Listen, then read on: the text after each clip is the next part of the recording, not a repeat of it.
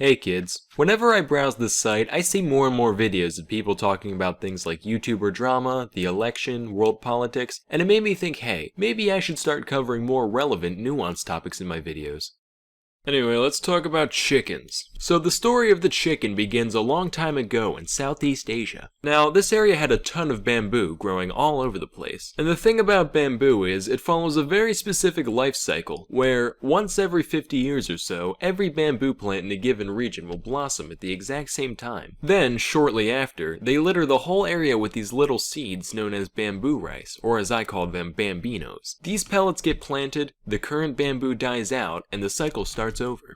Now, enter the ancestor of the domesticated chicken, known as the red jungle fowl. The jungle fowl lived in the same area as the bamboo, and, as you can imagine, they got a lot of benefit out of being literally knee-deep in food once every half-century. So much so that evolution basically said, alright, when food supplies go up, I want you to just start pumping out babies like there's no tomorrow. That way, we can take as much advantage of each bloom as possible. As a result, the chicken population became synchronized with the bamboo, shooting up during blooms and dwindling in between. Then humans showed up and they saw this pattern, and they said, wow, how bamboozling. And then they realized, wait a minute, that pun was dumb. But also, we can harness this whole chicken cycle thing. All we have to do is give these guys a whole bunch of food, and we can make their reproductive systems go into overdrive whenever we want. Do you know what that means? Lots of hot bird porn. No, it means we get as many eggs as we could ever dream of. So, with a bit of work, we managed to domesticate the chicken around 5000 BC. And as you can imagine, the idea of having a literal egg-laying machine around the house was extremely popular, leading to the chicken spreading across the entirety of the civilized world over the course of a few millennia. I think it's interesting that, despite the fact that the West has had chickens for most of its history, it wasn't until way later that we figured out where they came from. Like, alright men, it's time to delve into the world of the unknown. We're gonna see things the likes of which man has never laid eyes upon before.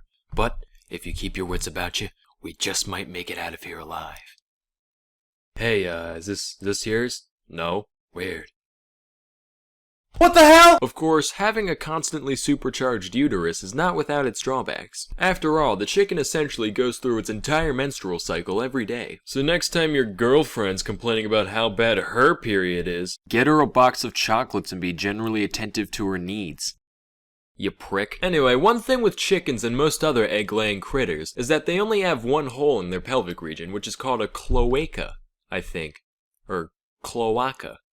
Cloaca? So the Croatia basically acts like a funnel, taking all the eggs and waste and sending it down the same chute. And while this might sound convenient at first, there is one fatal disadvantage that affects chickens in particular. Sometimes the egg can get stuck on its way out, leading to a condition known as egg binding. And since this means nothing can exit the clamato anymore, the egg-bound chicken ends up dying of constipation over the course of a couple days. Hey Jerry, how you doing?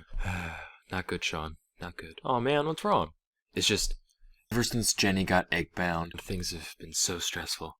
Her funeral expenses are through the roof, and her memory means so much to me, but if the bills keep coming in like this, I'm not sure my family will be able to handle it.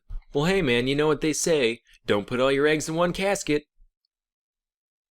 Let's just hope she doesn't get egg-zoomed. I'm sorry. Don't ever contact me or my kids ever again. I understand. Anyway, that's all for today. Till next time, I'm Salmonella, and thank you for watching.